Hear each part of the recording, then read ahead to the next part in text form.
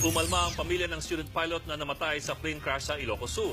Dapat daw may managot sa aksidente dahil sa pagkakamali sa rescue operation. Gusto na rin paimbestigahan ng credentials ng piloto ng bumagsak na eroplano. Umaaksyon si Ivy Bernardo. Gustong paimbestigahan ni Rodolfo Robles ang nangyaring plane crash noong nakarang Biyernes ng hapon. Namatay kasi sa aksidente ang anak niyang flight attendant at pilot student na si Paula Vianca. Ayon sa pamilya ng flight attendant, posibleng may pagkakamali sa pag-rescue. Naka-float pa yung aircraft, baka hindi nyo po alam, may mga nagsabi na doon sa locals doon, na dapat nasagip yung anak nyo at ang anak ko. Kung pinabayaan lang yung mga mangingisda na lumapit at buksan yung pintuan at tanggalin silang dalawa doon. Meron nagbawal sa kanila, lalapitan yon. I would say these are local authorities doon sa paligid na yon. Kinwestiyon din ng ama ng flight attendant ang credential ng 21-year-old flight instructor na si John Kaizan Estabilio. We have so many questions that remain unanswered at this time.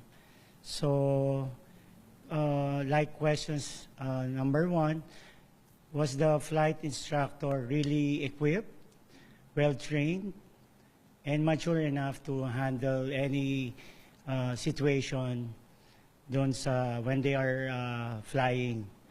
Okay, number two, I believe based on the research I made that there was a deviation from the flight plan. Pero giit ng Civil Aviation Authority of the Philippines, hindi basihan ng edad para maging pilot instructor. Qualified daw si Estabilio dahil meron siyang lisensya.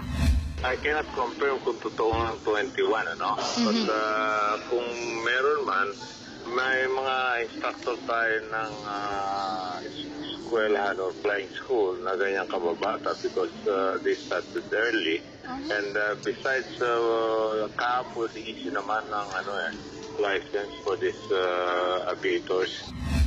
Pag-aari ng Leading Edge International Aviation Academy ang eroplano.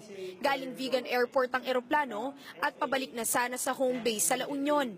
Posible raw mechanical at human error ang dahilan ng plane crash.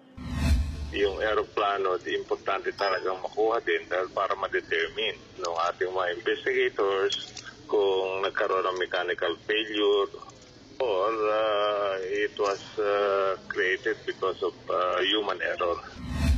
Inalala naman ng grupo ng mga flight attendant si Robles. Pinasalamatan siya at binigyan ng pagpupugay. Umaaksyon, Ivy Bernardo, News 5.